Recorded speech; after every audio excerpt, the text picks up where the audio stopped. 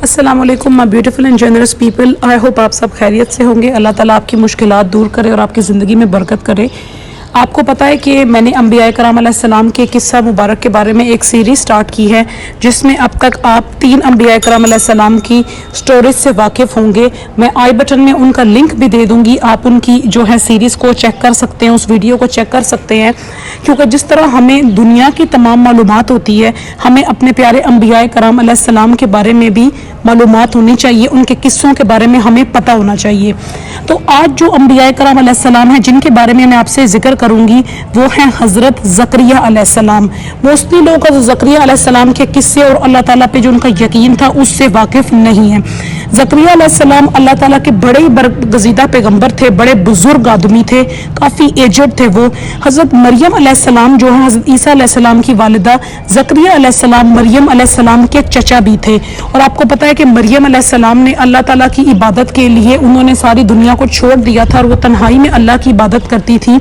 اس وقت کیا تھا کہ جب وہ تنہائی میں کہہ لیں کہ ایک کونے میں کہہ لیں ایک جگہ انہوں نے اپنے لیے جو ہے نا کی ہوئی تھی مختص، اور وہاں پہ وہ عبادت کرتی تھی اور وہاں اور کسی کو آنے جانے کی اجازت نہیں تھی۔ لیکن زکریا علیہ السلام چونکہ انہوں نے ان کی کفالت کا ذمہ اٹھایا تھا، وہ ان کی دیکھ بھال کرتے تھے، تو زکریا علیہ السلام ان سے ملنے جایا کرتے تھے، ان کے چچا بھی تھے۔ زکریا علیہ السلام بتاتے ہیں کہ جب بھی میں مریم علیہ السلام کے پاس جاتا ہوں انہیں دیکھنے کے لیے، تو ان کے پاس مجھے بڑے رنگ برنگے مختلف قسم کے کھانے، مختلف قسم کی چیزیں جو کہ عام آنکھ نے نہ دیکھی اور نہ ہی وہ اسے دیکھ سکتی ہو، ان کے پاس پائی جاتی تھی۔ تو زکریا علیہ السلام کہتے ہیں میں ہمیشہ بہت حیران ہوتا کہ آپ بالکل ایک تنہائی میں بیٹھی اللہ کی عبادت کرتی ہو، دنیا سے کٹ آف ہو، آپ کے پاس یہ تمام نعمتیں کہاں سے آتی ہیں؟ کیوں میرے علاوہ کوئی آتا بھی نہیں آپ سے یہاں ملنے، کیونکہ وہ دنیا سے کٹ آف ہو چکی تھی۔ تو مریم علیہ السلام انہیں ہمیشہ بتاتی ہیں کہ یہ تمام چیزیں میرا اللہ میرے لیے بھیجتا ہے اور اللہ جسے چاہے بے انتہا نوازتا ہے۔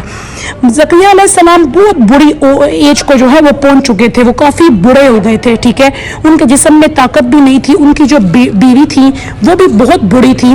تو زکریا علیہ السلام کی کوئی اولاد نہیں تھی، لیکن وہ اللہ تعالیٰ سے دعا کرتے رہتے تھے کہ یا اللہ کہ میں تو بہت بڑا ہو گیا ہوں، میری ہڈیوں میں جان بھی نہیں ہے اور میری بیوی بھی بہت بڑی ہے کہ ہمارے یہاں اولاد نہیں ہو سکتی، لیکن میری کوئی اولاد نہیں ہے۔ لیکن زکریا علیہ السلام ہمیشہ اللہ تعالیٰ سے اپنی دعا میں یہ بھی کہتے کہ اللہ تعالیٰ آپ کسی کو مایوس نہیں کرتے اور میں آپ سے ہی دعا کرتا ہوں۔ حالانکہ وہ اور ان کی بیوی بہت بڑے ہو چکے تھے اور بڑھاپے میں چونکہ اولاد ہونا بہت ہی مشکل ہے، تو زکریا علیہ السلام اللہ تعالیٰ سے دعا کرتے رہتے، ٹھیک ہے، اور اللہ تعالیٰ کو ان کی دعا بہت پسند آئی اور اللہ تعالیٰ نے انہیں ان کی دعا کا جواب میں یہ کہا کہ میں آپ کو ایک بیٹے کی خوشخبری سناتا ہوں۔ زکریا علیہ السلام نے اس بات پہ اللہ تعالیٰ سے کہا کہ میں تو بہت بڑا ہوں، میری بیوی بھی بہت بڑی ہے، ایسا کیسے ہو سکتا ہے؟ اللہ تعالیٰ نے انہیں جواب میں کہا کہ یہ سب میرے لیے ناممکن نہیں ہے، جو چیز دنیا کے لیے ناممکن ہے وہ اللہ کے لیے کچھ بھی نہیں ہے۔ زکریا علیہ السلام نے اللہ تعالیٰ سے کہا کہ آپ مجھے کوئی نشانی بتائیں، تو اللہ تعالیٰ نے کہا کہ آپ کو بہت جلد بیٹے کی بشارت ہوگی، لیکن آپ نے 3 دن 3 راتوں تک کسی سے کوئی بات نہیں کرنی۔ زکریا علیہ السلام بہت خوش تھے، لیکن انہوں نے تمام دنیا کے لوگوں کو جو ان کے کہہ لیں قبیلے کے لوگ تھے، اس ایریا کے لوگ تھے، انہیں اللہ تعالیٰ کی عبادت کا کہا کہ وہ بس اللہ تعالیٰ کی طرف لوٹیں اور اللہ کی ہی عبادت کریں، اور وہ خود بھی اللہ کی دن رات بہت عبادت کرتے رہے، اور آخرکار اللہ تعالیٰ نے ان کی دعا قبول کی، اور بڑے عمر میں بھی، بڑھاپے میں بھی، جبکہ وہ اور ان کی بیوی بہت بڑے ہو چکے تھے، اللہ تعالیٰ نے ان کو ایک بیٹے سے نوازا، ان کی دعائیں سن لی، اور اس بیٹے کا نام یحییٰ علیہ السلام تھا، اور وہ بھی ایک پیغمبر تھے۔ اب اس واقعے سے حضرت یحییٰ علیہ السلام کا ان کی جو پیدائش تھی، بڑھاپے میں اولاد ہونا بہت ہی مشکل، ایک ناممکن سی چیز ہوتی ہے۔ جیسے آج کل کوئی کسی کو کہے کہ کسی کا 70 80 90 سال کی عمر میں اولاد ہوئی ہے تو یہ ماننا کافی مشکل ہے، لیکن جو ایک واقعہ ہے زکریا علیہ السلام کا، اس کو شیئر کرنے کا مقصد بھی یہ ہے کہ پیغمبر علیہ السلام کی زندگی سے اللہ ہمیں میسج دیتا ہے کہ جو ساری دنیا کے لیے ناممکن ہے، کہ ساری دنیا آپ سے کہتی ہے کہ ایسا نہیں ہو سکتا، اس چیز کی خواہش مت کرو، اس چیز کے لیے دعا بھی مت کرو، امپاسبل ہے، اللہ آپ سے کہتا ہے، میرا اللہ آپ سے کہتا ہے جو تمام دنیا کا خالق و مالک ہے، کہ میرے لیے کچھ بھی امپاسبل نہیں ہے۔ ایک تو آپ کو پتا ہے کہ آپ کے پاس بہت سے اللہ نے آپ کو طریقے دے دی ہیں. تہجد کی دعا ہے, درود شریف پڑھ کے آپ دعا کریں, استغفار پڑھ کے آپ دعا کریں, نفل پڑھ کے آپ دعا کریں, اللہ کے گھر میں کعبہ میں اور نبی پاک صلی اللہ علیہ وسلم کے روضہ پہ آپ دعا کریں.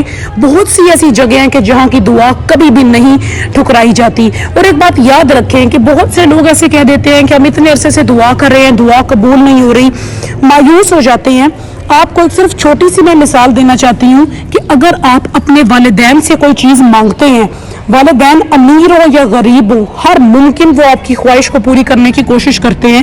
بے شک کچھ سال لگے لیکن والدین اپنی اولاد کے لیے وہ چیز ضرور لے کے آتے ہیں. تو کیا آپ سوچ سکتے ہیں کہ ایک ماں تو کیا 70 ماؤں سے زیادہ محبت کرنے والا اللہ اور اس کا بندہ اس سے کچھ مانگے اور وہ اس کو نہ دے؟ بہن بھائیوں, یہ امپاسبل سی بات ہے. یہ انسان کے دماغ کا شیطانی فطور ہے جو شیطان اس کے ذہن میں بات ڈالتا ہے کہ نہیں, یہ نہیں ہوگا. 1 سال لگے, 2 لگے, چاہے 10 لگے, چاہے 100 لگے, اللہ سے مانگیں, مانگتے رہیں, بار بار مانگیں, گڑ گڑائیں, روئیں, اللہ کے پیچھے پڑ جائیں. اللہ آپ کو خالی نہیں بھیجے گا. امید ہے آپ کو یہ ویڈیو پسند آئے گی. اس طرح کی مزید ویڈیوز کے لیے میرے چینل کو سبسکرائب کریں. ویڈیو پسند آئے تو ان لوگوں کے ساتھ شیئر کریں جنہیں اپنی دعاؤں میں یقین کی بہت ضرورت ہے. السلام علیکم.